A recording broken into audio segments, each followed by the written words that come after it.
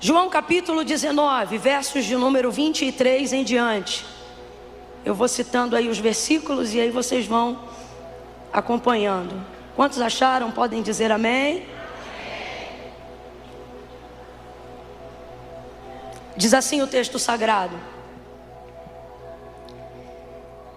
tendo os soldados crucificado a Jesus, tomaram as suas vestes e dividiram-nas em 4 partes, uma para cada soldado. Tomaram também a túnica, que era sem costura, toda tecida numa peça só, de alto a baixo. E disseram uns aos outros: não a rasguemos, mas lancemos sortes sobre ela para ver de quem será. E isto aconteceu para que se cumprisse a escritura. Complete aí para mim, por favor. E isso aconteceu para que se cumprisse a escritura, que dizia: dividiram entre si as minhas vestes e sobre a minha túnica lançaram sortes. E foi isto que fizeram os soldados.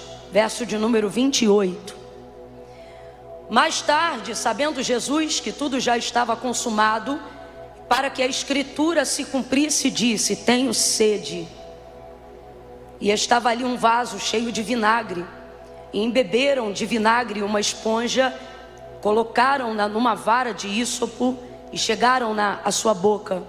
Quando Jesus recebeu o vinagre, ele disse: está consumado. E inclinando a cabeça, entregou o Espírito. Como era o dia da preparação dos judeus, para que os corpos não ficassem expostos na cruz durante o sábado, porque este sábado era um grande dia, rogaram-lhe a Pilatos que fossem quebradas as pernas e que fossem tirados os crucificados de lá. Foram os soldados e quebraram as pernas do primeiro e do outro que com ele havia sido crucificado.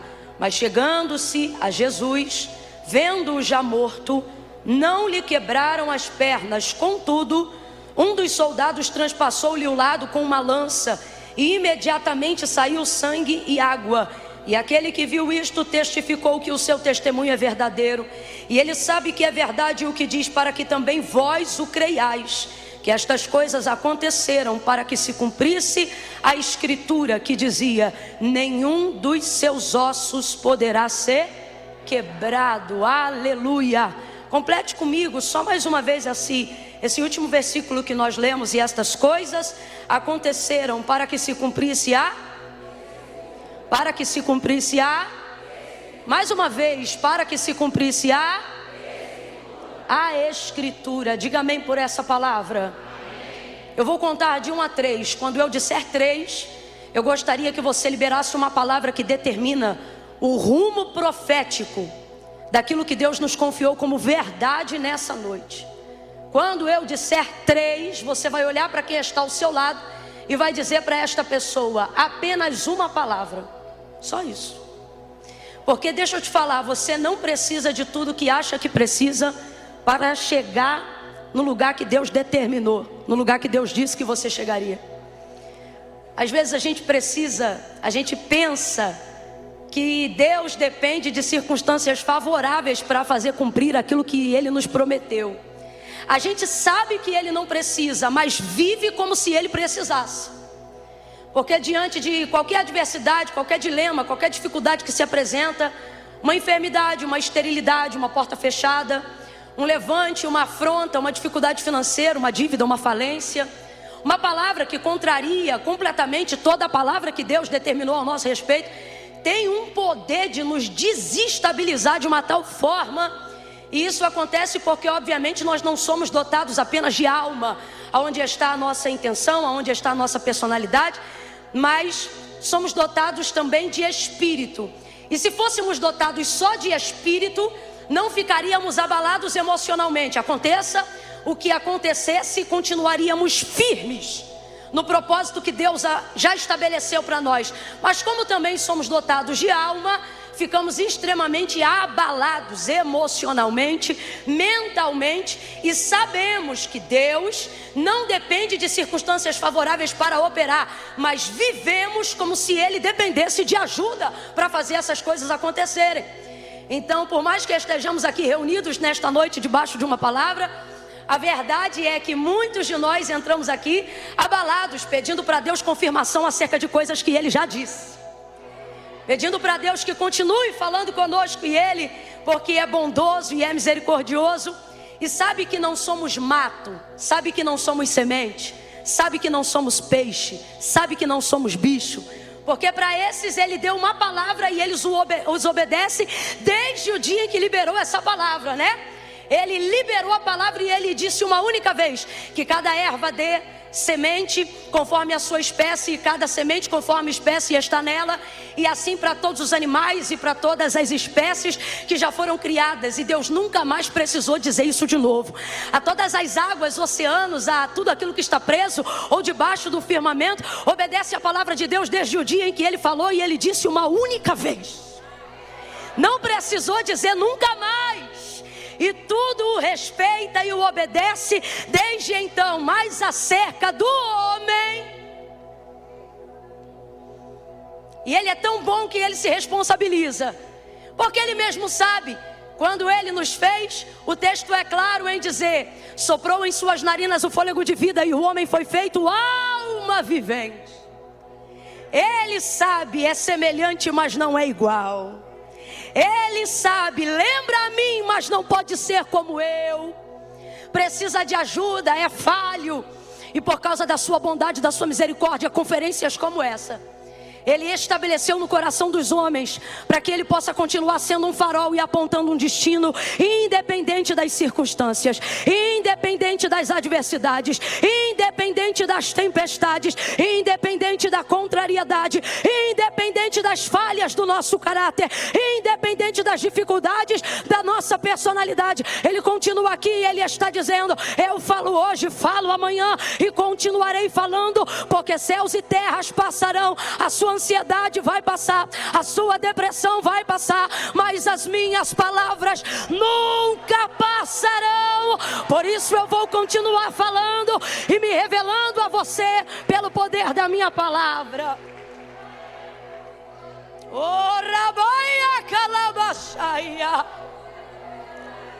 E Ele fala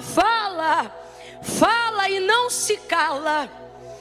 Quando Deus criou todas as coisas que existem e que estão diante dos nossos olhos, visto que tudo obedeceu ao ouvir a sua voz, dava até a impressão de que Ele não precisava falar nunca mais.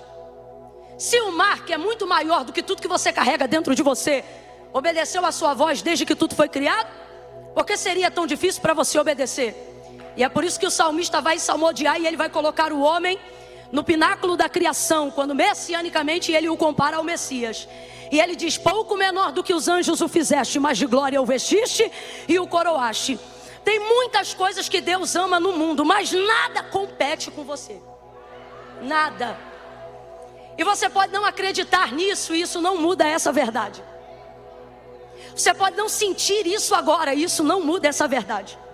Você pode não estar se sentindo amado aqui agora, e isso não muda essa verdade. E essa verdade não é uma história, é uma pessoa. E ela é uma realidade. Esteja você sentindo isso ou não agora, você é o pináculo da criação de Deus. Aquilo que Ele fez e que Ele mais ama e amou. E Ele é tão generoso que depois de criar todas as coisas e fazer então o homem, nunca mais Ele parou de trabalhar, percebeu? Olha para quem está do teu lado e diga: você dá um trabalho.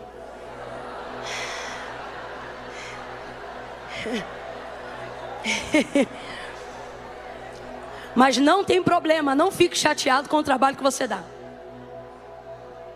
Não fique chateado com o trabalho que você está dando, porque você está dando trabalho para alguém que não se cansa. Você está dando trabalho para alguém que não se fadiga. Eu fico tão triste quando eu vejo um crente podendo pedir para Deus o que ele quiser, e ele diz assim: eu não tenho coragem de pedir. Eu fico tão triste, porque se tem uma coisa que dá prazer em Deus é trabalhar. Veja, Ele criou rios, oceanos, mares, tudo que existe, tudo que há. E ao sétimo dia, não porque tinha necessidade, mas para estabelecer para nós um princípio. O texto diz que no sétimo dia Ele descansou, parou para admirar a sua obra, a sua criação. Só que depois de haver feito o homem, Deus nunca mais descansou. E eu não estou falando do sábado, eu estou falando de expediente. Nunca nunca mais, e não sou eu que estou dizendo isso para te agradar, para fazer você se sentir amado, não. Como eu já disse, isso é uma verdade irrefutável, acredite você nela ou não. Nunca mais Deus criou baleia e descansou. Deus criou tudo que existe e há, e conseguiu, abre aspas, descansar, fecha aspas. Mas depois que criou você,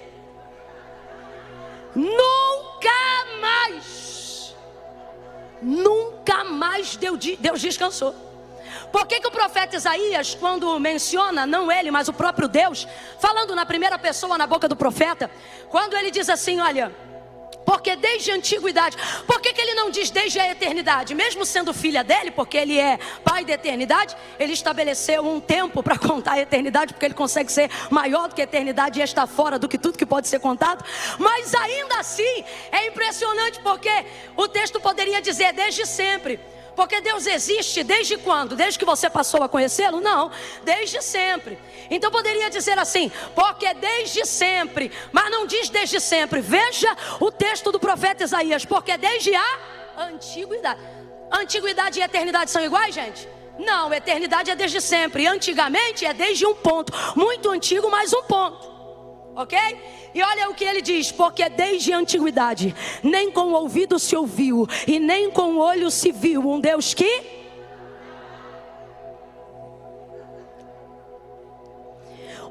que trabalha para aqueles que precisam. É um equívoco muito grande achar que Deus trabalha só para quem precisa. Na verdade é um erro enorme acreditar que você não deve pedir porque não merece, ou porque não precisa tanto quanto alguém que está precisando agora, seja na África, na Ásia, na Oceania. É um erro absurdo acreditar que o tempo de Deus não pode ser todo ele preenchido, porque vai faltar alguém atender se ele atender você. Você está pensando que você está lidando com quem? Talvez por uma inserção da própria cultura de onde nós viemos, paulatinamente sendo instruídos a acreditarmos em obras feitas por mãos de homens. Talvez tenhamos a dificuldade de acreditar num Deus que tenha um expediente incansável. E quando lemos o texto dizendo o ancião de dias, começamos a pensar que adoramos um velhinho. Veja isso. Deus não trabalha para quem precisa. É por isso que muita gente que já precisou muito, hoje odeia o Deus que um dia disse adorá-lo. Porque se você começa a desenvolver esse raciocínio, você começa a acreditar na ideia de que se Deus só trabalha ou deve trabalhar para quem precisa, não podem haver situações de injustiça, moradores de rua, dificuldade em questão de condição e existência social. Porque você acha que Deus tem que fazer alguma coisa, afinal as pessoas precisam. Então você começa a acreditar que porque Ele tem poder para curar todas as doenças, Ele tem que curar todos os doentes. E então o Deus que hoje você diz adorar, daqui a pouco tempo você começará a achar que Ele na verdade é muito injusto para ser adorado.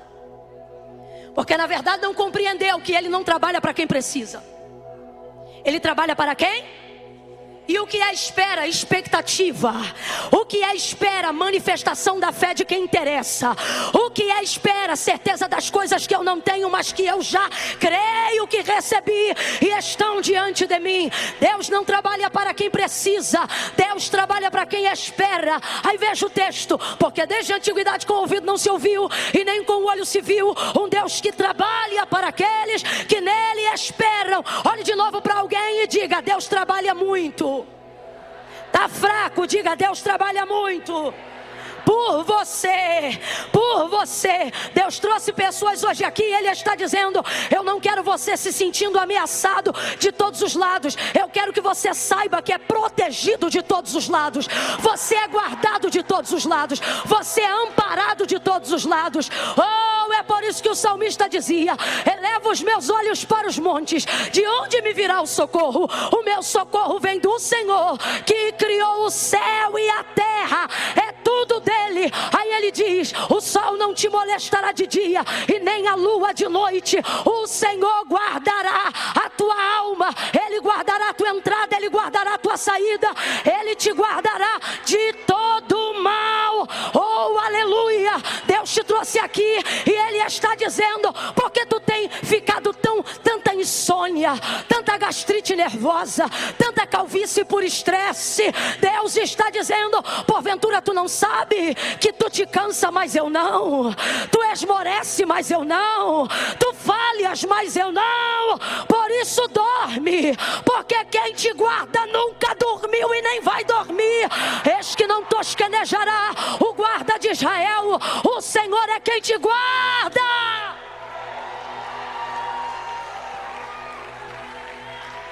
Vai ver, você já serviu um Deus o qual você teve que trabalhar muito por Ele.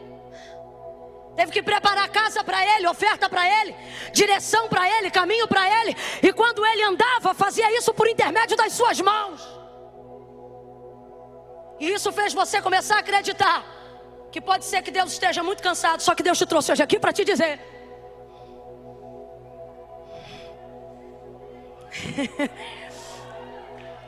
eu trabalho por você quando você nem me conhecia direito.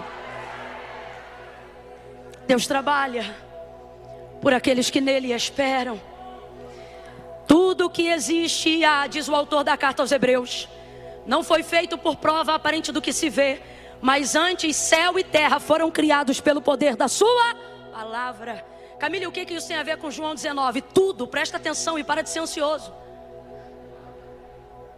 Há uma palavra, e esta palavra é a palavra que trouxe à existência tudo que antes não havia, tudo que antes não conhecíamos. Então eu volto a dizer o que disse no início: você não precisa de tudo que acha que precisa para chegar no lugar que você deseja. Você não precisa de tudo que acha que precisa para estar aonde Deus disse que ia lhe colocar.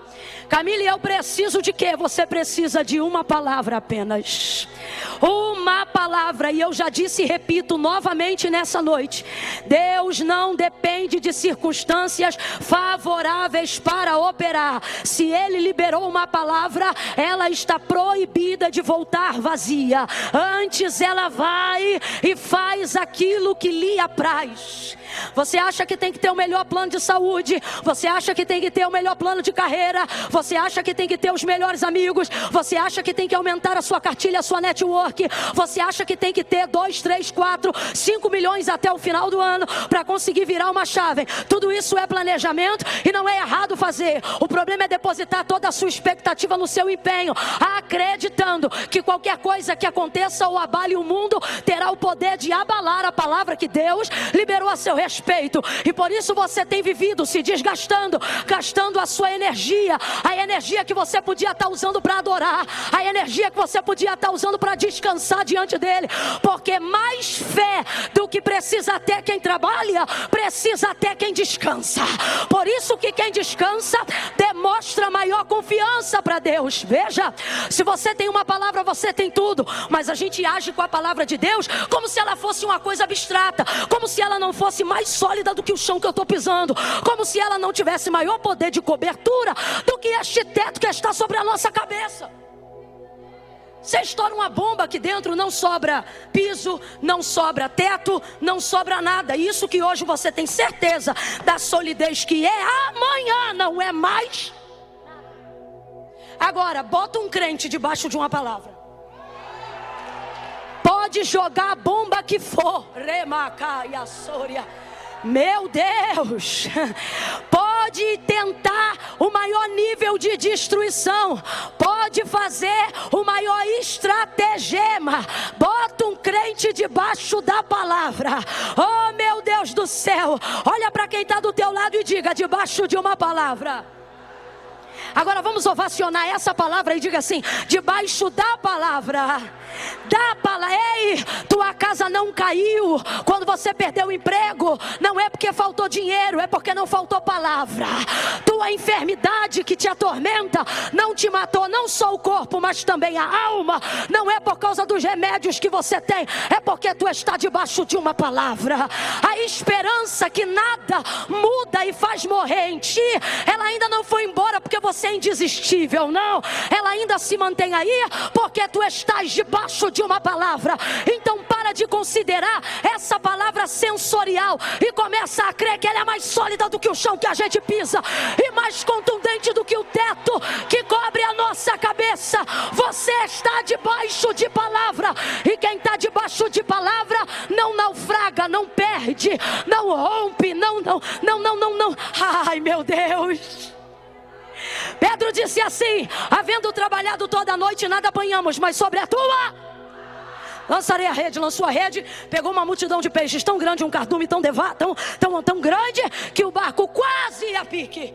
E por que não foi a pique? Porque quem está debaixo de uma palavra vê o quase, mas não perde tudo. Você está aqui e está dizendo assim: Camila, eu estou debaixo da palavra, mas eu estou quase morrendo. Eu estou debaixo da palavra, mas eu estou quase perdendo. Camila, eu estou debaixo da palavra, mas eu estou quase me divorciando. E é este quase que não deixa concluir, porque a palavra de Deus está ali medindo o comprimento do barco, a estrutura da tua jangada, e Ele está dizendo: não vai. Por que não vai? Porque tu está debaixo de uma. Está na hora de você entender que isso aqui não é uma concentração de religiosos, meu irmão. Isso aqui é uma reunião de gente que existe, subsiste e resiste, porque está debaixo de uma palavra. Oremaia Kalamas. Meu Deus. Imagasumi Remaia Saia.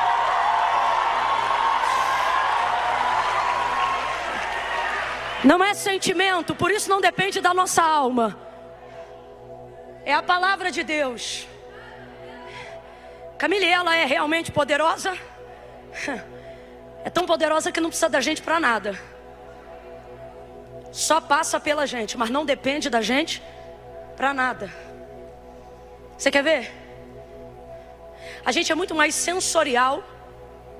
O que é isso? Colocamos muito mais expectativa e confiança nos nossos sentimentos do que nos objetivos de Deus. Você acha, por exemplo, que só é amado quando se sente amado. Você acha que só é perdoado quando se sente perdoado. Tipo, você acha que se você não sentir, não aconteceu. Engraçado que você não sente isso com conta. Quem é que recebe um boleto ou precisa pagar a parcela de alguma coisa e chega no mês e diz assim: não estou sentindo de pagar isso hoje? Não, meu irmão, tem sentimento nenhum. Precisa de sentimento para pagar boleto? Se tem um sentimento é de raiva. Ainda mais se for indevido, né? Tem sentimento, você vai lá e faz. Aí eu digo: uma vez que está feito, está pago ou não está? Está pago ou não está? Está pago ou não está? Só que você, eu não sei, você quer sentir o sangue de Jesus para acreditar que está pago. Você começa a colocar em questão sensorial aquilo que é fato. E perde os objetivos porque está dando mais crédito ao que sente do que ao que sabe. E fé não é sobre o que eu sinto, fé é sobre o que eu sei que a palavra diz. Você quer ver? Ezequiel capítulo de número 37.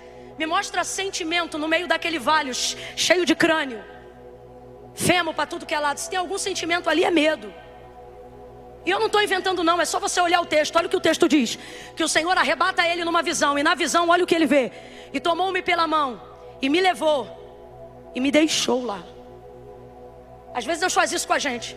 Toma, leva e a gente está com medo, mas aguenta. Complicado é quando a gente vê a mão indo embora e diz: aonde está aquele que me trouxe aqui? Existem projetos que Deus te leva para começar, e na hora de começar você diz: cadê a mão que me trouxe aqui? Estou mentindo? Quem é que nunca sentiu a ausência da mão movendo. Quem é que nunca fez uma oração dizendo: Deus, não é a luz do teu rosto, aonde está o teu braço?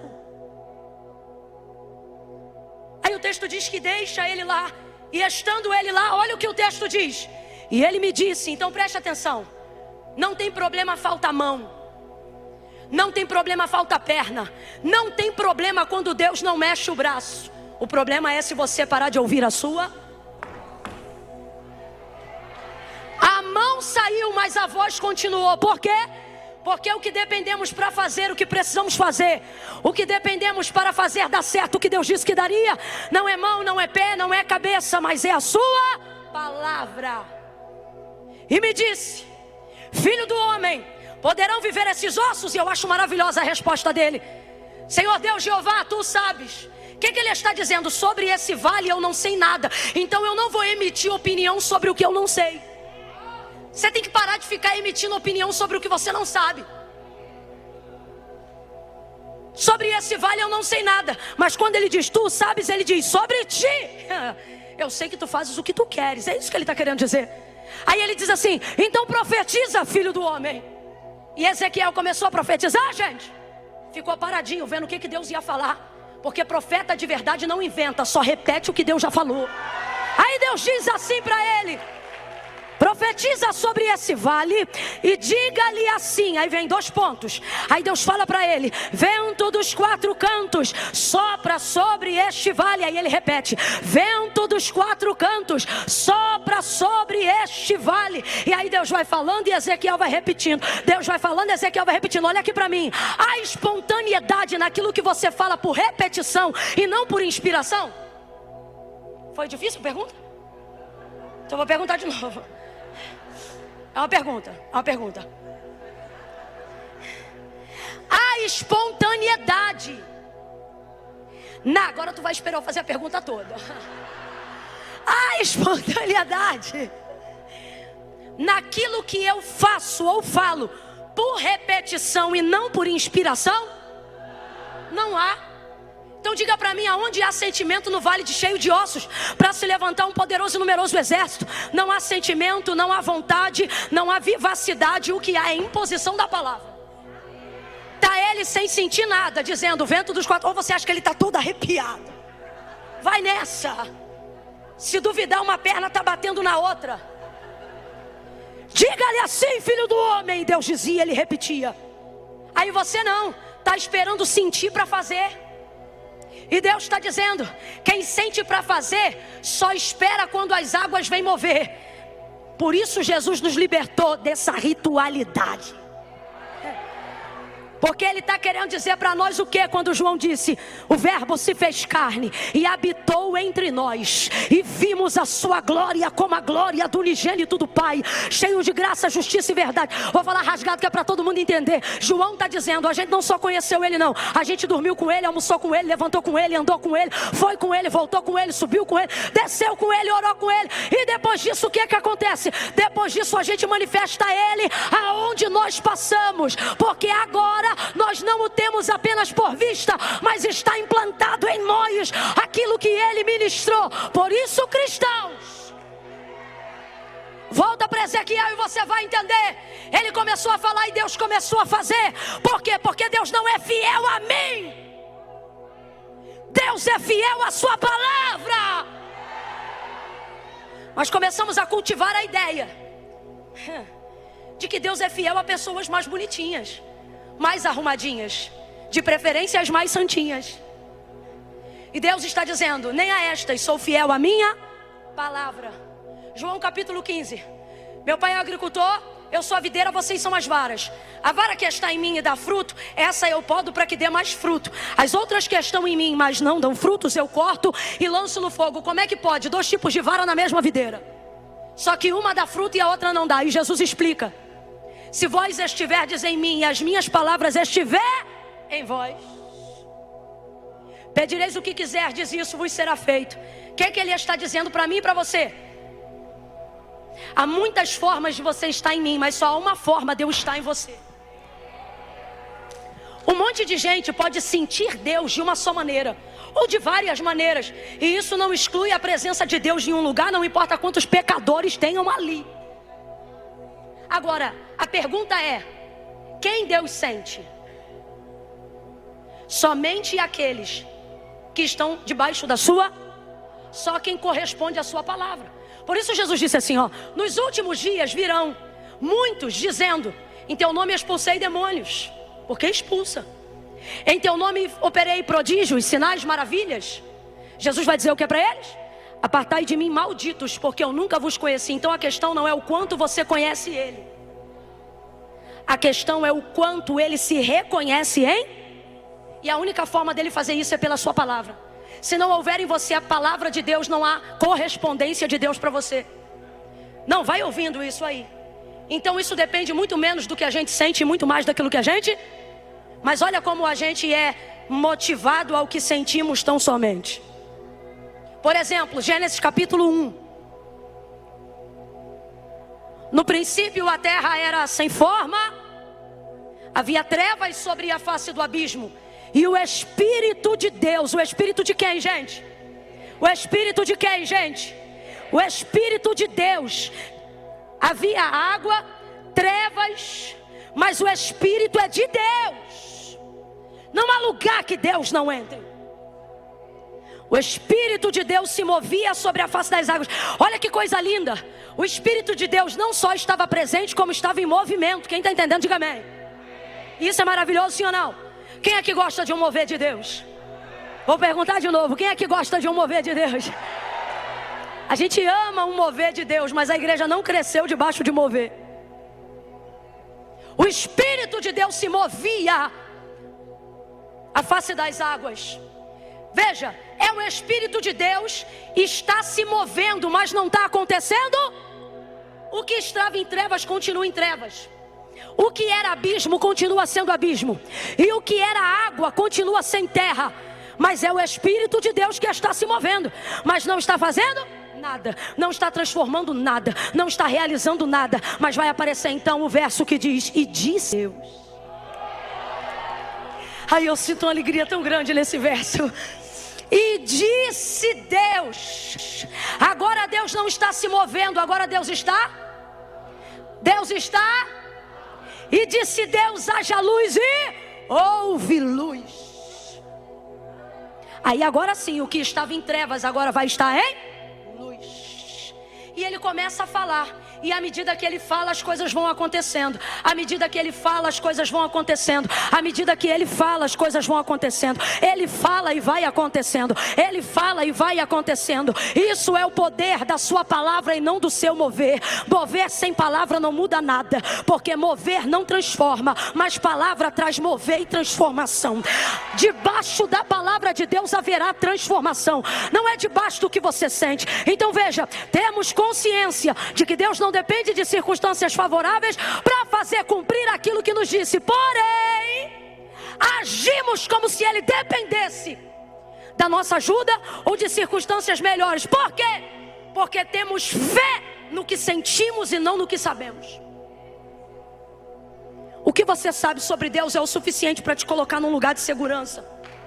Será que o currículo do Deus de Gênesis não é o suficiente para te dar crédito, para mostrar que Ele não precisa de nada?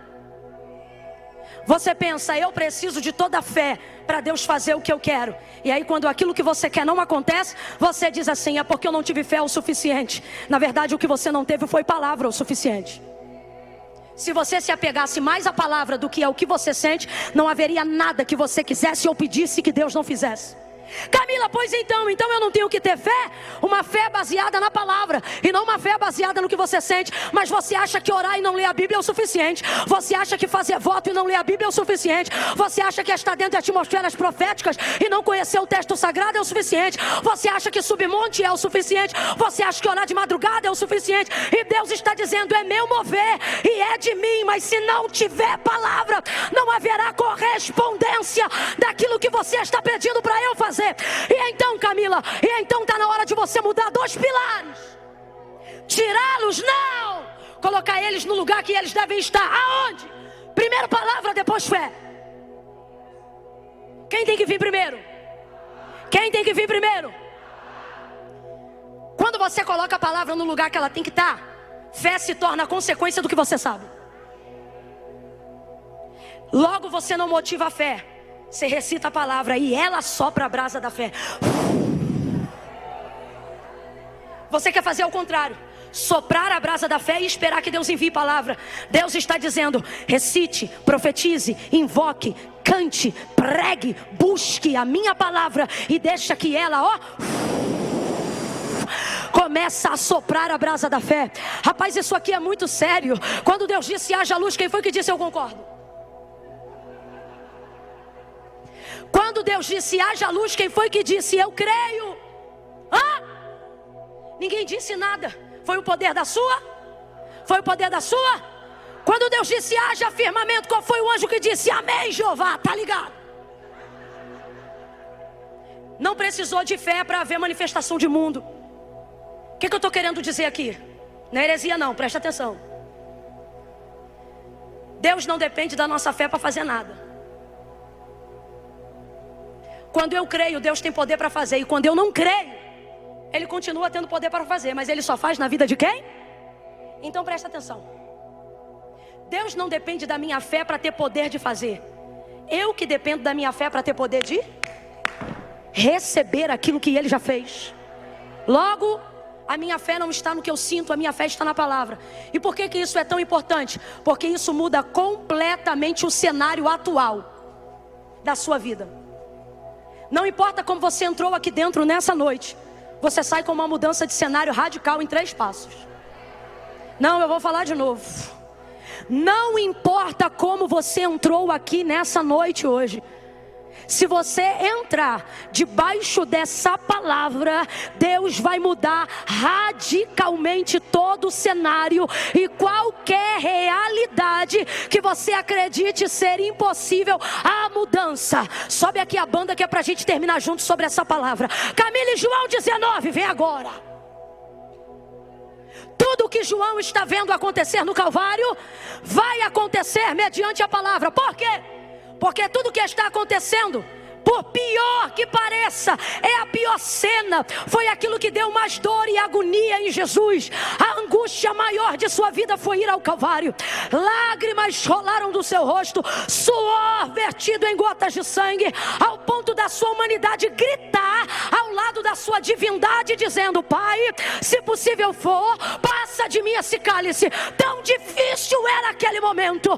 Agora veja, ele está no Calvário. Coisas aparentemente extremamente ruins estão acontecendo. João poderia ter ficado desgovernado como Pedro, traído como Judas. Qualquer um na sua humanidade pode errar, sim ou não? Sim ou não, gente? Só que João vai se manter fiel até o final. E uma das coisas que estabelecem para mim e para você um critério de aplicação. O que é isso? Faça igual e você vai viver a mesma coisa. O que é, Camila? Ele tinha o texto de Isaías de cor. Todo mundo aqui tem uma palavra específica mais forte na memória, sim ou não? Pelo menos um texto, nem que seja o Salmo 23 aberto na página amarela. Alguma coisa você tem. E para o judeu, tanto é até hoje, para o judeu, o texto do profeta maior, o texto messiânico de Isaías, é um dos textos que eles repetem até hoje. Manifestam essa palavra. E qual é o texto em questão? O texto que fala da crucificação e da entrega. Aquele que é o leão vai como ovelha muda ao matadouro. Moído pelas nossas transgressões, o castigo que nos traz a paz estava sobre ele, e pelas suas pisaduras nós seríamos sarados. Mas para que todas essas coisas acontecessem, era necessário grande pranto, sofrimento e dor. Ele ia como inocente, sangue imaculado e precioso ao Calvário por amor de nós, para cumprir a vontade do seu Pai. João vai deixar tudo que ele tem para seguir a este homem que agora é o herói da sua vida. Nem masculinidade direito João apresenta ao ponto de ter vergonha de se aproximar de Cristo. Pelo contrário, ele o abraça como um pai, o beija como um amigo, encosta a sua cabeça no seu peito, de tanto que o ama. Ele deixou empresa, deixou pesca, deixou rede, deixou fundo de garantia, deixou aposentadoria. Ele largou tudo para trás, meu irmão, para seguir esse homem. Aí pense Pense em você na situação de João. Vê leproso ser curado, vê prostituta convertida. Pense você na condição de João. Vê um homem que tem poder para andar sobre as águas. Pense. Um homem que tem poder para fazer tudo, permitir-se ser tão castigado no Calvário. E é aqui na verdade que ele ostenta o maior poder que ele tem. Porque maior poder não tem quem faz o que pode, mas tem quem podendo não faz. Só para poder viver o que Deus quer que viva. Aí ouve isso. O texto diz que os soldados pegaram suas vestes, repartiram, lançaram sortes. João podia ficar desesperado, mas ele mantém o controle naquela cena. Olha para quem está do teu lado e diga assim: debaixo da palavra, você tem o controle. 3 passos. Primeiro, o texto diz que pegaram as vestes dele, rasgaram, lançaram sortes. E João vai dizer: os soldados fizeram isso. Mas por que eles fizeram? Ele escreve: para se cumprir a... Vamos substituir escritura por palavra, porque estamos falando da mesma. Então quando eu perguntar, você diz palavra, tá bom? É a palavra de Deus. Ele diz: os soldados fizeram isso para se cumprir a... Os soldados fizeram isso para se cumprir a... Ora, João, então decida e diga para nós, quem fez isso? Os soldados ou a palavra? Os soldados, mas eles fizeram por causa da... Porque estava escrito, e a palavra dizia: dividiram entre si as minhas vestes, e sobre a minha túnica lançaram sortes. Então o que João está vendo? A maldade se manifestando. O que João está vendo? O ódio cumprindo o seu querer. Enquanto você levar as coisas para o pessoal, você não vai ver o cenário como Deus está vendo. Enquanto você levar as coisas para a carne e para o sangue, você vai ter desequilíbrio diante do poder do seu inimigo. Mas quando você leva as coisas para o campo que você tem domínio, que campo? Você sabe debaixo de qual palavra você está. Você sabe o que foi que Deus disse a seu respeito. Você sabe o que Deus liberou na tua casa. Aí você deixa o inferno desbaratado. Por quê, minha irmã? Por quê, meu irmão? Porque você está numa área que só você tem domínio. Ele não tem domínio sobre a palavra. Ele só tem domínio sobre as nossas carnalidades. Mas na palavra ele não tem domínio. Olha, João, o pau está quebrando no Calvário e ele está lá, ó, controlado. Sabe por que você quer dar na cara dos outros? Porque tu está na carne. Tem gente aqui que está dizendo assim: agora fulano vai ver que eu sou crente, mas não sou otário não. E o Senhor está dizendo: você está descendo para o nível do teu inimigo. Você está indo para onde ele tem poder de atuação. Vai para onde ele não tem poder de atuação. Vai para onde ele não entra. Vai para onde ele não te governa. Pega na mão de alguém aí agora, por favor, por favor. Não segura requenguela não. Segura com firmeza. Apesar dessa pessoa estar muito linda, faça ela entender que ela não veio fazer uma social hoje aqui não. Aperta a mão dela e deixa ela perceber que ela sentou-se ao lado de um profeta, ao lado de uma profetisa do eterno. Sacode ela e diga: você tá fraco, grita pra ela e diga: você está debaixo de palavra. Você não vai perder o controle, não vai perder o equilíbrio, não vai perder a direção, porque você está debaixo de palavra. Ouça isso. Ouça isso. Você vai aprender isso aqui, vai levar pra vida. Você vai aprender isso aqui, vai levar para a vida. Para João, os inimigos, os algozes da cruz. É complicado quando a palavra que está sobre nós é tão poderosa que Deus deixa até o inimigo expressar poder. É complicado quando Deus pode jogar todo mundo por terra, mas Ele coloca o pau na mão de quem quer quebrar as pernas. É complicado. Só que olha, João, controle. Por que controle? Porque quem está debaixo de palavra não perde não perde. Aí ele, veja isso.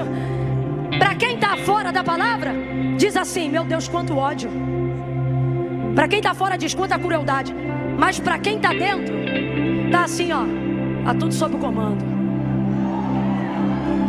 Eu não sei se você está entendendo, mas se eu pudesse botar legenda nas fotos de João no Calvário, enquanto Maria está chorando de desaguar, porque a alma da mãe está gritando a perda do filho, o discípulo aprendeu com seu mentor. Enquanto tanto é que João é o único que não começa a biografia de Cristo falando o nome nem de Maria nem de José. Ele já começa dizendo: no princípio é o verbo estava com Deus, o verbo era Deus, nele estava a vida. Aí veja isso, ele está lá olhando e ele sabe, os soldados estão com ódio, os soldados estão com fúria, mas no olhar de João, os soldados estão debaixo da palavra, o ódio está debaixo da palavra, e tudo que está acontecendo está sobre o controle e o domínio da palavra. Então um carnal poderia dizer quantos inimigos, mas João diria quantos funcionários, porque quando você está debaixo da palavra, até teu inimigo coopera para você chegar onde Deus disse que você chegaria. Bata na mão de alguém aí e diga: não é inimigo, é funcionário, é funcionário, porque todas as coisas cooperam para o bem, todas as coisas cooperam para o bem, todas as coisas cooperam para o bem daqueles que amam a Deus. Olha aqui para mim, ou você crê nisso, no que a palavra diz, ou tudo o que acontecer, você vai achar que você é marionete na mão do capeta.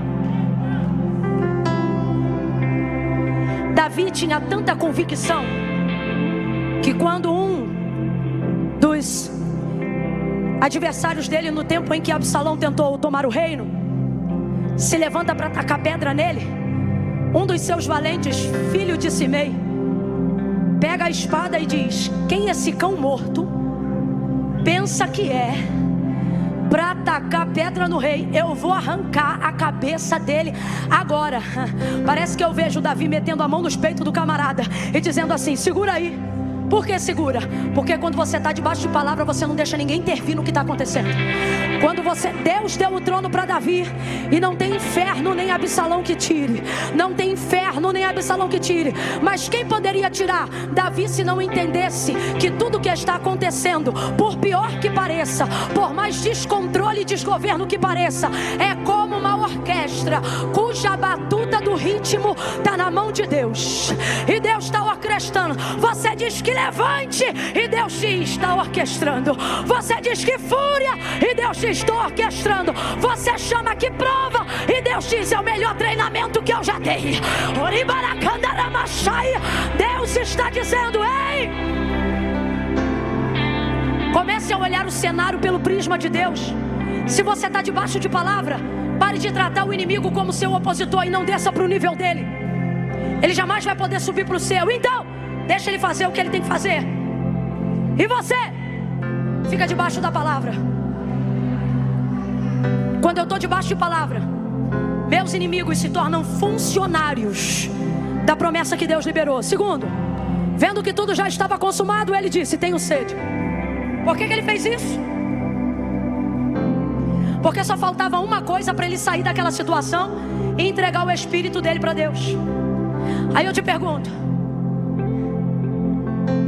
você faria o que precisa ser feito se eu te dissesse que o que te tira desse cenário de caos não é uma atitude de Deus, mas é uma atitude sua?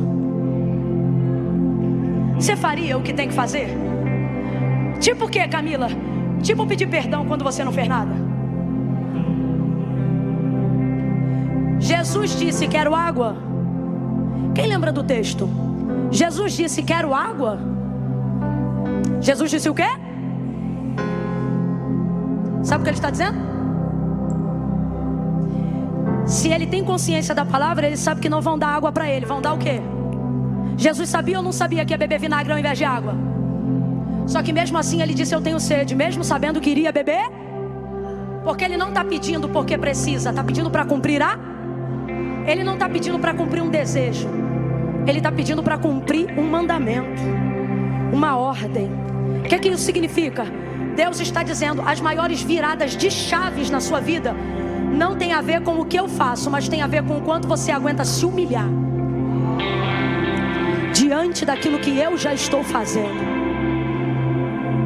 Quando você está debaixo de uma palavra, você ganha um nível de autonomia. O que é isso? Você tem condições de acelerar o processo. Na primeira parte os discípulos fizeram, mas agora na segunda, quem está fazendo é Jesus. Jesus está dizendo: comece a fazer o que eu te chamei para fazer, mesmo quando ninguém mais está fazendo nada por você. E por fim, Jesus morreu.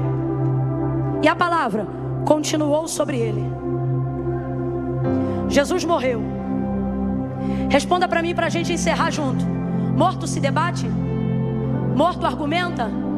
Vem cá, gente, morto se defende? Camila, o que isso significa? Significa que tem situações na sua vida que mesmo que a palavra de Deus sobre a sua vida seja a palavra de vida, haverão momentos que você vai estar como morto. Terá boca, mas não poderá falar. Terá mão, mas não poderá mexer. Terá pés, mas não poderá sair da situação que você está. E aí, Camila, escute isso. Primeiro eles fazem cumprir, depois Jesus faz cumprir, e terceiro, a própria palavra se cumpre. Porque Jesus já está morto, não pode se defender, não pode reagir. Tem gente assim que está aqui hoje. Você está em situações onde você não pode se defender, onde você não pode reagir. E para piorar a história, você está como João vendo a cena de alguém que pegou um pedaço de madeira gigante na mão para arrebentar as tuas pernas. E se você vê que fazem com o segundo e fazem com o terceiro, você pensa: o próximo que vai arrebentar sou eu. Só que esse também é um dos segredos de quem está debaixo da palavra. O quê? A palavra impõe limites quando tudo é igual a todos. Camila, eu não entendi. Você não está vendo que Jesus está cercado ali no meio? Quando os soldados vieram para arrebentar as pernas dos crucificados, não seria natural se começou pelo primeiro, depois ir ao segundo e então ao terceiro? Só que Deus está dizendo: quando você está debaixo da palavra, coisas que acontecem com todo mundo não vão acontecer com você, porque você está cercado. Você está cercado. Gente, há uma unção profética tão forte aqui. Deus está dizendo: você está cercado. 1000 cairão ao teu lado, 10.000 à tua direita, mas tu não serás atingido. Camila, mas eu não estou em condições de reagir. Eu estou debaixo da palavra, mas estou deprimido. Eu estou debaixo da palavra, mas estou cercado. Eu estou debaixo da palavra, mas estou imobilizada. Como é que eu vou fazer? Vês então o último segredo. Deus diz assim: quando você vive a sua vida para cumprir a minha palavra se mantém viva até depois da sua morte. Olha o que vai acontecer. Os soldados arrebentam o primeiro, pá! Arrebentam o terceiro, pum! Cai cruz, cai madeiro, é mão que rasga do cravo, é pé e joelho que bate no atrito do chão, é rótula que se arrebenta para tudo que é lado. E Jesus, alguém pensa, é o próximo. Gente, no mundo espiritual, Satanás está pensando que a batuta da orquestra da nossa vida está na mão dele, e ele está dizendo assim com ameaças: o próximo é você. O próximo é você. O próximo é você. Só que João está dizendo: ninguém me contou não, eu vi. E esse vai ser o testemunho, sabe por quê? Porque depois de muitos anos dentro da nossa nação, nós vamos ser testemunhas, não do que os outros viveram, mas da história que Deus está escrevendo através da vida daqueles que se colocaram debaixo da palavra. Oh meu Deus, não conseguem quebrar Jesus. Aí João vai dizer assim: eu sou João, eu sou testemunha do que aconteceu. Ele diz assim: quebraram o primeiro, quebraram o terceiro, chegando-se porém a Jesus. Agora presta atenção, isso aqui é um ato profético que Deus está mandando eu fazer agora.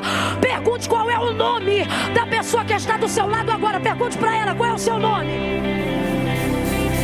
Você sabe o nome dela? Aprendeu? Se você não ouviu, pergunte de novo. Pergunte de novo, porque eu vou contar de 1 a 3. No 3, você vai dizer que não quebram essa pessoa.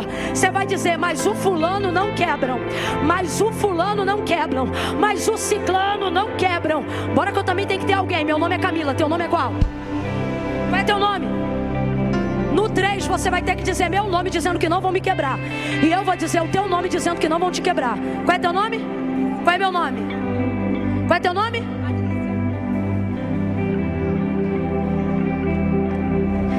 Deixa eu te falar um negócio. Às vezes você pensa assim, Camila, eu acho que vão quebrar pelo tanto que já bateram. Eu acho que vão quebrar pelo tanto que já cuspiram. Camila, eu acho que vão quebrar porque até furar me furaram. E o Senhor está dizendo, mas há sobre você uma palavra: pode difamar, pode perseguir, pode afrontar, pode cuspir, pode bater, pode castigar, mas o Senhor te trouxe hoje aqui para dizer: quebrar ninguém vai quebrar Brasil, quebrar ninguém vai quebrar igreja.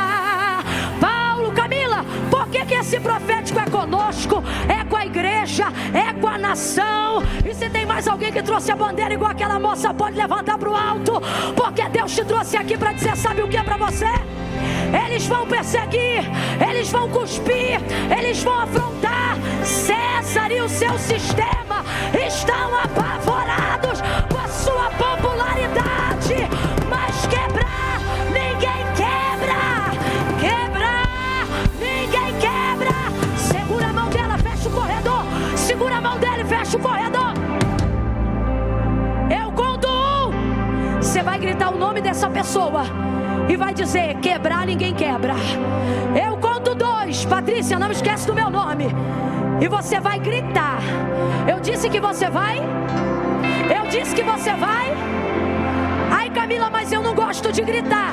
Mas hoje você vai. Ai, mas eu pensei que não ia precisar. No outro dia que vier alguém menos pentecostal, tu não grita. Mas hoje tu vai botar grito nessa goela e vai clamar com vontade. Você vai gritar. 2,5. Prepara, porque você vai chamar o nome de alguém agora. 3, diga. Quebra, ninguém quebra. Ninguém quebra, Patrícia. Ninguém quebra. Ninguém quebra. Agora de mãos dadas, de mãos dadas, de mãos dadas, você vai dizer, Brasil, ninguém te quebra. Peraí. 1, prepara, porque Deus vai conduzir nossa nação em triunfo. Eu conto 2, você vai dizer, Brasil, ninguém quebra. 2,5, respira fundo. 3, solta o brado. Quebra, ninguém quebra, ninguém te quebra, ninguém te quebra. Nós estamos te colocando debaixo de palavra, debaixo de palavra.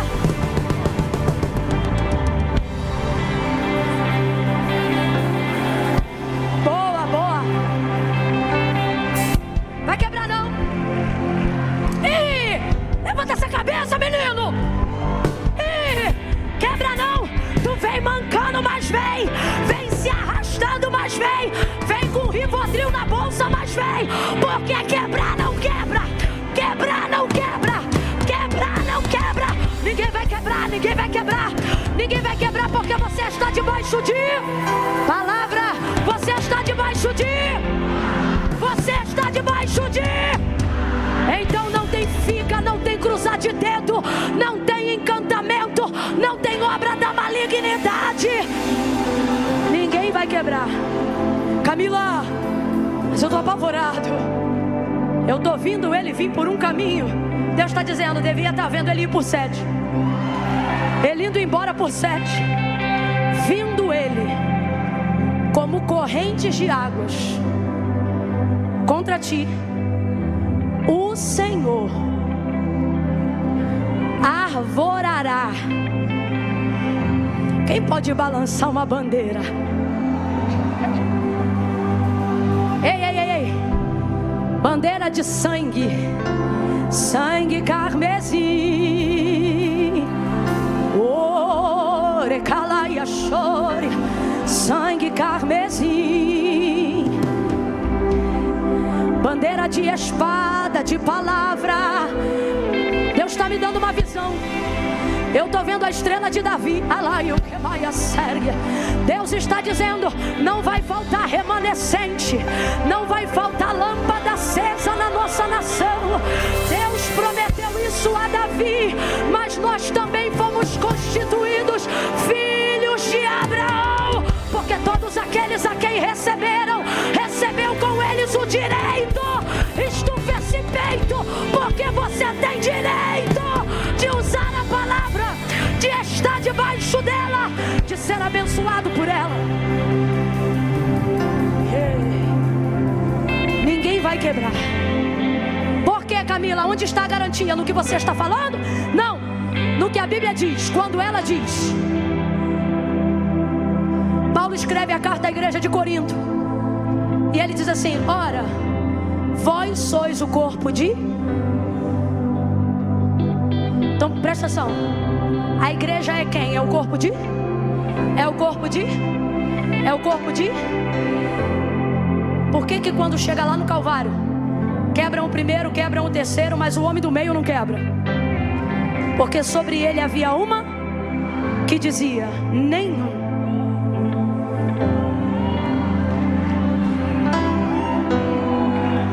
Talvez hoje aqui, como membro atuante do corpo de Cristo, você seja um pedacinho daquele osso do ouvido que é pequenininho, é martelo que chama? Vai ver, você é um martelo. E alguém pensa: martelo é facinho de quebrar. E o Senhor está dizendo: o problema não é ser martelo, o problema é onde ele está. Está onde? Está onde? Então não importa se você é um fêmur ou se você é um martelo, a garantia aqui está entre todos aqueles que são igreja. Ninguém vai te quebrar. Levanta as duas mãos para o céu agora. Presta atenção aqui. Eu vou contar de 1 a 3 agora. É a última contagem, prometo. Camille, por que conta 1 a 3? Porque eu não gosto de bagunça. Baixa a mão para não cansar. Vou contar de 1 a 3 aqui agora. No 3, quem entrou hoje aqui e é até crente. Por que crente? Porque crê em Deus. Você diz assim: não, eu venho porque eu gosto, mas eu não sou crente não. Eu sou desviado. Que desviado é você que sexta-feira à noite podia estar em qualquer rocha de Brasília, mas está na pré-conferência global. Você não é desviado, você é afastado e está aqui porque tem saudade. Não, não, Camila, é que eu estou afastado há muito tempo. Eu venho porque eu gosto, mas eu não sou crente não. Como é que tu não é crente? Sabe como é que eu sei que tu é crente?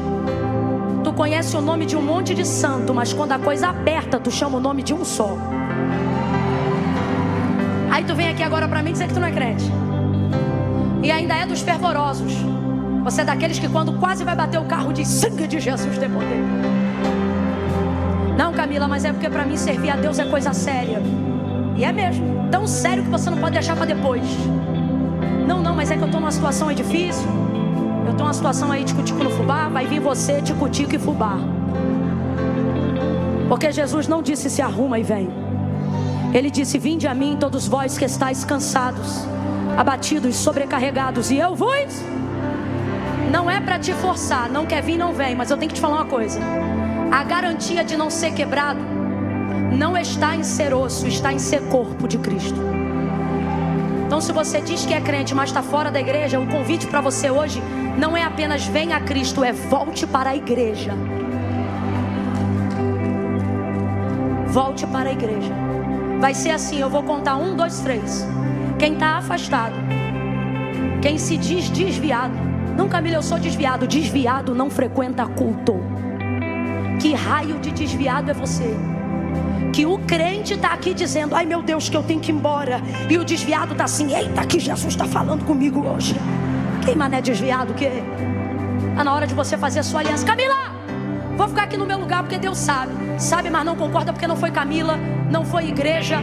Foi Jesus que disse: aquele que me confessar diante dos homens, eu também o confessarei diante do meu Pai que está no céu. Porém, aquele que se envergonhar de mim diante dos homens também será envergonhado diante do meu Pai dos anjos. Camila, então tem que ir aí na frente? Tem. Hoje tem. Mas Camila, e a vergonha que eu sinto? Mete a vergonha no bolso e vem com vergonha e tudo. Porque a vergonha é passageira, mas tua salvação é eterna. Camila, eu estou lá atrás. É meio longe para pegar aqui o corredor. Nós vamos abrir um caminho para você agora. Eu conto 1, abram os corredores. Abram os corredores, aonde tiver corredor, abra o corredor aí agora. Abra o corredor, abra, onde tiver, abra o corredor. 2. Quem já serve ao Senhor vai começar a orar agora. Comece a orar agora. Comece a orar agora. Senhor, aonde houver alguém que já te ama, mas nunca tomou uma decisão. Camila, tem que ir aí? Tem. Eu vou ter que falar alguma coisa? Não. Por isso eu estou dando garantia de confissão pública de fé a quem sair do lugar e vir para o altar. Agora presta atenção. Camila, eu sou de uma igreja aqui perto, posso ir aí na frente? Não vem que eu não estou te chamando. Só estou chamando quem não precisa de ninguém para entender. Estou afastado, vou me consertar hoje. Estou distante, vou me reconciliar. Deus trouxe essa palavra porque Ele sabe que eu estou debaixo de palavra e eu preciso me consertar. 2,5. Nós vamos deixar para aplaudir juntos só no final, tá bom? 2,45. Levanta a mão e começa a interceder. Aumenta o nível da intercessão aí. Camila, eu estou aqui atrás, é meio longe. Longe é o céu sem Cristo. Vem aonde você estiver agora. Está afastado, vem. Está enrolado, vem. Não, Camila, primeiro eu vou consertar minha vida. Depois que eu consertar, eu vou. É por isso que você não conserta. Porque foi o próprio Jesus que disse: sem mim, nada podeis fazer. Então eu digo, 3, tira teu pé do chão e vem para o lugar agora fazer tua aliança com Deus.